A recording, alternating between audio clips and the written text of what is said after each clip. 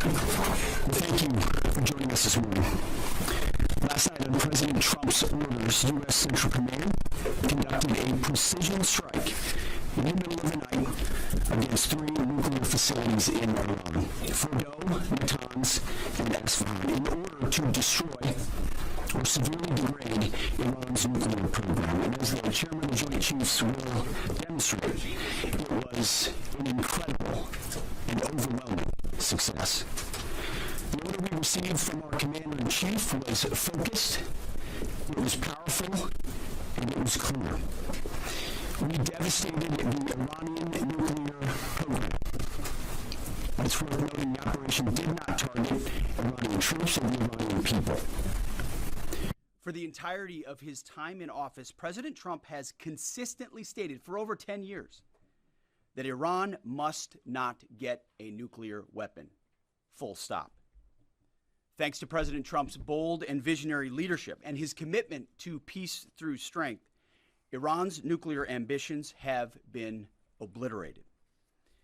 Many presidents have dreamed of delivering the final blow to Iran's nuclear program, and none could until President Trump.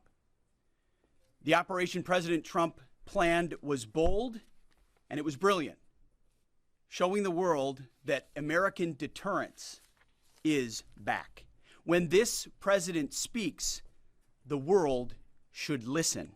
And the U.S. military, we can back it up. The most powerful military the world has ever known. No other country on planet Earth could have conducted the operation that the chairman is going to outline this morning. Not even close. Just like Soleimani found out in the first term, Iran found out when POTUS says 60 days that he seeks peace and negotiation, he means 60 days of peace and negotiation. Otherwise, that nuclear program, that nuclear capability will not exist. He meant it. This is not the previous administration. The President Trump said no nukes. He seeks peace, and Iran should take that path. He sent out a truth last night saying this: any retaliation by Iran against the United States of America will be met with force far greater than what was witnessed tonight. Signed, the President of the United States, Donald J. Trump. Iran would be smart to heed those words. He's said it before, and he means it. I want to give recognition to the Chairman of the Joint Chiefs of Staff, the Joint Staff, General Eric Kurilla at CENTCOM, who did a phenomenal job, he and his staff, all of CENTCOM. Policy, across the board, this was a joint effort, and across the Pentagon effort. I want to recognize the pilots who flew those bombers, who flew those fighters, who flew those refuelers, warriors. I want to recognize the sailors on those destroyers, in those subs, on those carriers, warriors, all of them. I want to recognize our soldiers doing air defense, base defense, QRF, warriors, all of them. Every American involved in this operation performed flawlessly. And I want to give recognition to our allies in Israel as well. This is a plan that took months and weeks of positioning and preparation so that we could be ready when the President of the United States called. It took a great deal of precision. It involved misdirection and the highest of operational security. Our B-2s went in and out of downtown Tehran, of these nuclear sites, in and out and back without the world knowing at all. In that way, it was historic. A strike that included the longest B-2 Spirit bomber mission since 2001 and the first operational employment of the MOP, a massive ordnance penetrator. The mission demonstrated to the world the level of joint and allied integration that speak to the strength of our alliance and our joint forces. As President Trump has stated, the United States does not seek war, but let me be clear. We will act swiftly and decisively when our people, our partners, or our interests are threatened. Iran should listen to the President of the United States and know that he means it, every word. I want to give congratulations to our Commander-in-Chief. It was an honor to watch him lead last night and throughout, and to our great American warriors on this successful operation. God bless our troops. God bless America. And we give glory to God for his providence and continue to ask for his protection. I turn it over now to the chairman for specifics. Thank you, Mr. Secretary. Thanks for recognizing all of our folks out there doing our nation's work, and nice to see everybody on this early Sunday morning. Last night on the President's orders, U.S. Central Command, under the command of General Eric Kurilla, executed Operation Midnight Hammer, a deliberate and precise strike against 3 Iranian nuclear facilities. This was a complex and high-risk mission carried out with exceptional skill and discipline by our joint force. I want to thank every service member, planner, operator that made this mission possible. Their actions reflect the highest standards of the United States Armed Forces. This operation was designed to severely degrade Iran's nuclear weapons infrastructure. It was planned and executed across multiple domains and theaters with coordination that reflects our ability to project power globally with speed and precision at the time and place of our nation's choosing. This was a highly classified mission with very few people in Washington knowing the timing or nature of this plan. I'll refer you to the graphic on the side as I walk you through some of the operational details.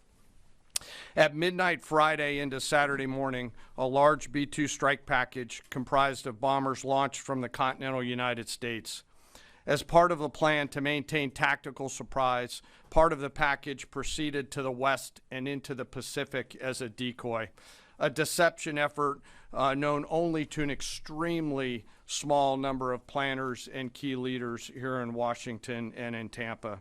The main strike package, comprised of 7 B-2 Spirit bombers, each with 2 crew members, proceeded quietly to the east with minimal communications. Throughout the 18-hour flight into the target area, the aircraft completed multiple in-flight refuelings. Once over land, the B-2s linked up with escort and support aircraft in a complex, tightly timed maneuver requiring exact synchronization across multiple platforms in a narrow piece of airspace, all done with minimal communications. This type of integration is exactly what our joint force does better than anyone else in the world. At approximately 5 p.m. Eastern Standard Time last night, and just prior to the strike package entering Iran, a U.S. submarine in the Central Command area of responsibility launched more than 24 Tomahawk land attack cruise missiles against key surface infrastructure targets at Esfahan. As the Operation Midnight Hammer strike package entered Iranian airspace, the U.S. employed several deception tactics, including decoys, as the 4th and 5th generation aircraft pushed out in front of the strike package at high altitude and high speed, sweeping in front of the package for enemy fighters and surface-to-air missile threats. The strike package was supported by U.S. Strategic Command, U.S. Transportation Command, U.S. Cyber Command, U.S. Space Command, U.S. Space Force, and U.S. European Command.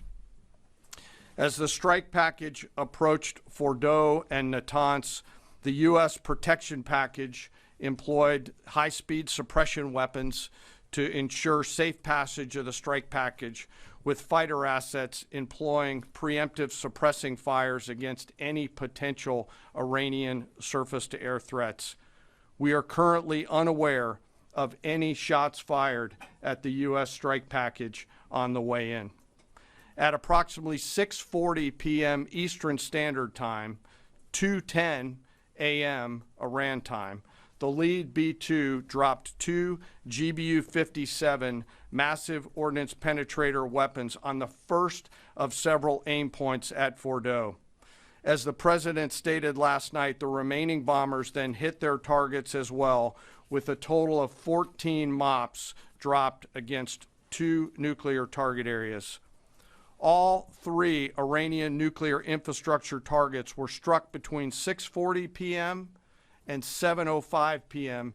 Eastern Time. Again, that's about 2:10 in the morning local time in Iran, with the Tomahawk missiles being the last to strike at Esfahan to ensure we retain the element of surprise throughout the operation. Following weapons release, the Midnight Hammer strike package exited Iranian airspace and the package began its return home. We are unaware of any shots fired at the package on the way out. Iran's fighters did not fly, and it appears that Iran's surface-to-air missile systems did not see us. Throughout the mission, we retained the element of surprise. In total, U.S. forces employed approximately 75 precision-guided weapons during this operation. This included, as the President stated last night, 14 30,000-pound GBU-57 massive ordnance penetrators, marking the first ever operational use of this weapon. I know that battle damage is of great interest. Final battle damage will take some time, but initial battle damage assessments indicate that all 3 sites sustained extremely severe damage and destruction. More than 125 U.S. aircraft participated in this mission, including B-2 stealth bombers, multiple flights of 4th and 5th generation fighters, dozens and dozens of air refueling tankers, a guided missile submarine, and a full array of intelligence, surveillance, and reconnaissance aircraft, as well as hundreds of maintenance and operational professionals. As the Secretary said, this was the largest B-2 operational strike in U.S. history and the second longest B-2 mission ever flown, exceeded only by those in the days following 9/11. Well prior to the strike, General Kurilla elevated force protection measures across the region, especially in Iraq, Syria, and the Gulf. Our forces remain on high alert and are fully postured to respond to any Iranian retaliation or proxy attacks, which would be an incredibly poor choice. We will defend ourselves. The safety of our service members and civilians remains our highest priority. This mission demonstrates the unmatched reach, coordination, and capability of the United States military. In just a matter of weeks, this went from strategic planning to global execution. This operation underscores the unmatched capabilities and global reach of the United States military. As the President clearly said last night, no other military in the world could have done this. I join the President and the Secretary in being incredibly proud of the air crews, naval forces, cyber operators, planners, and support teams, and commanders who made this mission possible. It is their skill, discipline, and teamwork that makes this operation possible. I am particularly proud of our discipline related to operational security, something that was of great concern to the President, the Secretary, General Kurilla, and me, and we will continue to focus on this. As we stand here this morning, many assets are still airborne, and we have hundreds deployed. I ask that we keep our warfighters on their way home and our deployed service member in our thoughts. Our joint force remains ready to defend the United States, our troops, and our interests in the region. Thank you very much. We will take a few questions, Phil. Me? Yeah. So, is regime change off the table, Mr. Secretary? And to the chairman, you said the battle damage assessment is still ongoing, but do you believe that some nuclear capability in Iran remains? This mission was not and has not been about regime change. The President authorized a precision operation to neutralize the threats to our national interests posed by the Iranian nuclear program and the collective self-defense of our troops and our ally Israel. Thanks for your question. I think BDA is still pending, and it would be way too early for me to comment on what may or may not still be there. But thanks for the question. Green. No, behind you. Excuse me, Mr. Secretary, can you tell me, was there a particular moment when the president decided to pull the trigger on this operation where he said, now, rather than being, something in the holster, now we're going to pull the trigger on it? I would just say, having the opportunity to witness his leadership, he was fully committed to the peace process. Wanted a negotiated outcome, gave Iran every single opportunity, and unfortunately was met by stonewalling, which is why he gave them plenty of time to continue to come to the table and give up enrichment, give up the nuclear program. But there was I won't say the particular moment, there was certainly a moment in time where he realized that it had to be a certain action taken in order to minimize the threat to us and our troops. Yeah. General, you say that General Kurilla increased force protection in Iraq, Syria, and Gulf, in those areas. Were they given any advance warning the attacks were coming? And also, Mr. Secretary, when were congressional leaders notified? How long before the attacks took place?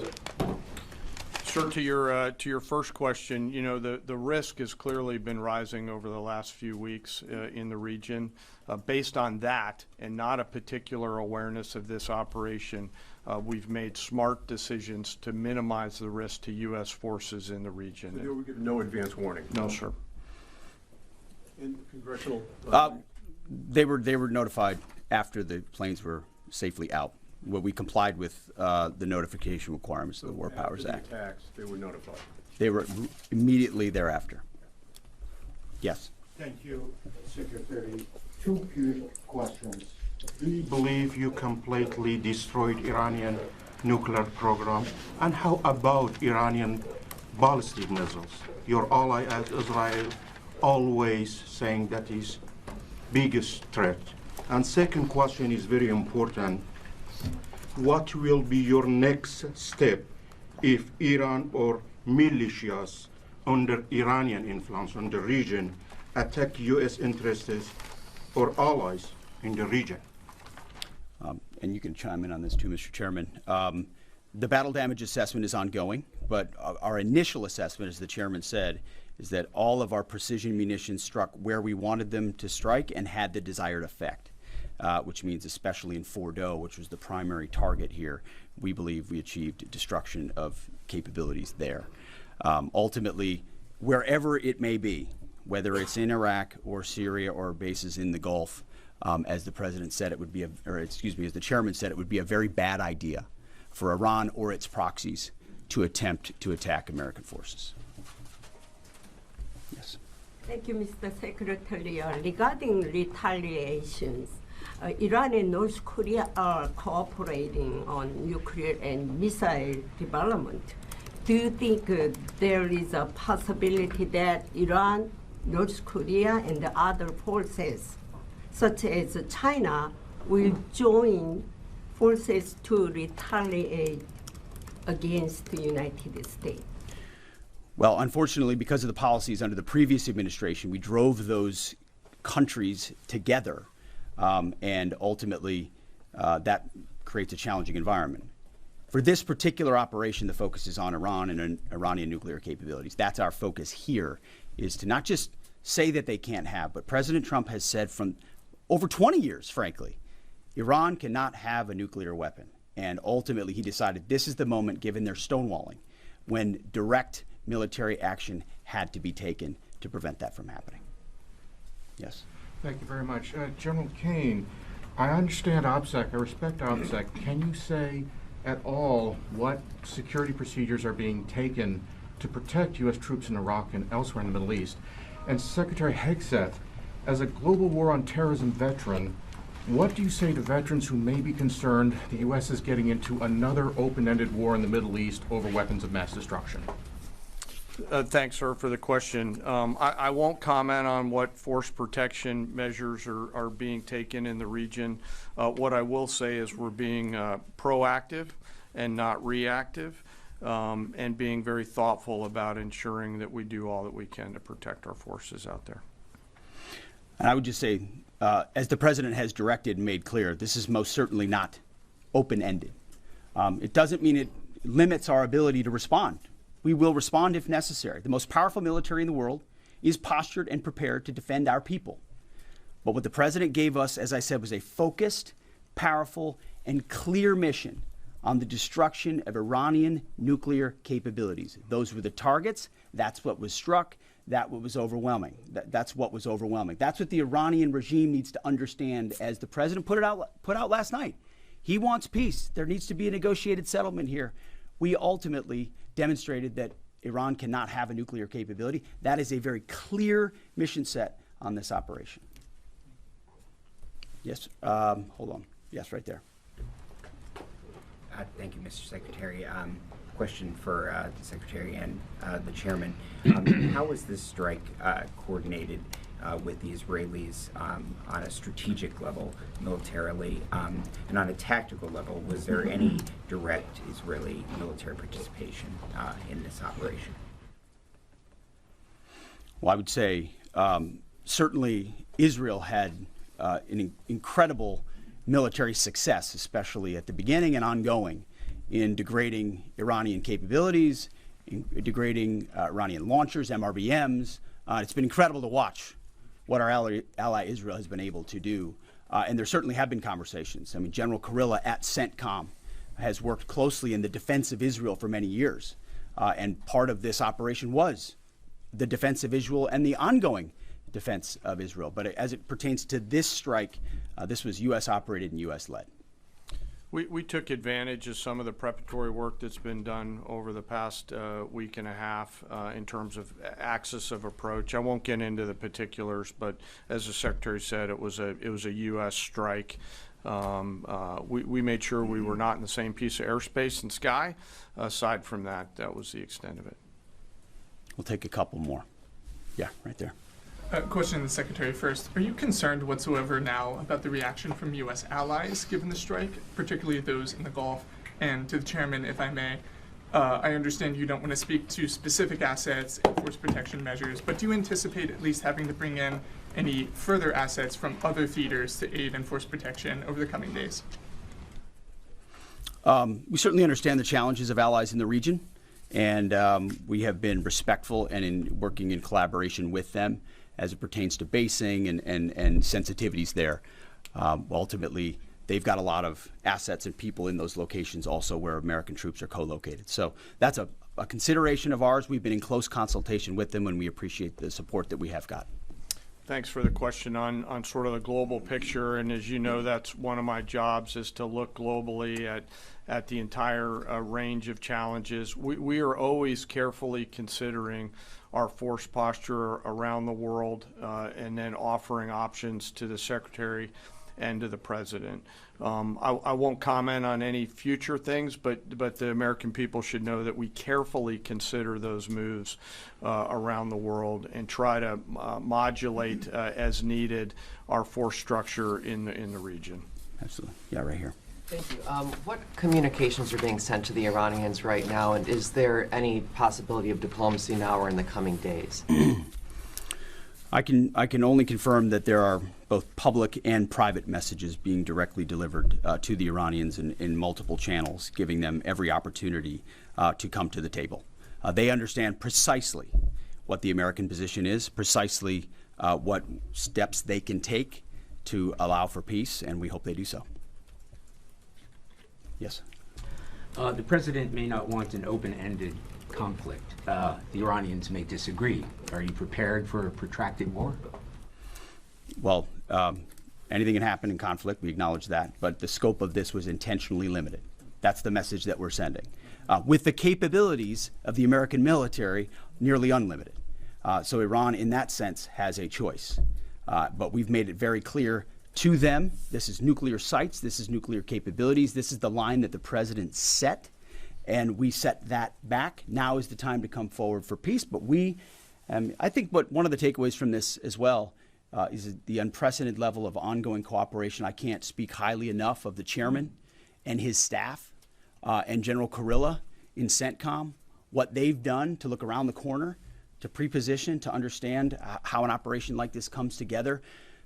The scope and scale of what occurred last night would take the breath away of almost any American if you had an opportunity to watch it in real time. And I think Tehran is certainly calculating the reality that planes flew from the middle of America in Missouri overnight, completely undetected over 3 of their most highly sensitive sites, and we were able to destroy nuclear capabilities. And our boys in those bombers are on their way home right now. We believe that'll have a clear psychological impact on how they view the future, and we certainly hope they take the path of negotiated peace. But I could not be more proud of how this building operated, of the precision, the sensitivity, and the professionalism of the troops involved in this effort. I will take one more. We'll take one more question. Yes, right there. Thank you, Mr. Secretary. Concerning the justification for these strikes, in March, the Office of the Director of National Intelligence released their threat assessment, concluding, quote, Iran is not building a nuclear weapon, and Caine has not authorized the nuclear programs he suspended in 2003, unquote. So what new intelligence does the U.S. have since then that the Iranians have changed their position on nuclear weapons? And does this new intelligence come from U.S. sources and methods, or are we getting this information from other countries? Well, I would just simply say that the president's made it very clear. He's looked at all of this, all of the intelligence, all of the information, and come to the conclusion that the Iranian nuclear program is a threat, and was willing to take this precision operation to neutralize that threat in order to advance American national interests, reduce the Iranian nuclear program, and obviously collective self-defense of ourselves and our allies. So he looked at all of it, understood the nature of the threat, and took bold action I think the American people would expect in a commander-in-chief. That's all we've got. Thank you very much. Appreciate it. Mr. Chairman. Thank you. Mr. Chairman, do you have any of the WC-135s up to check for radioactive material in the atmosphere?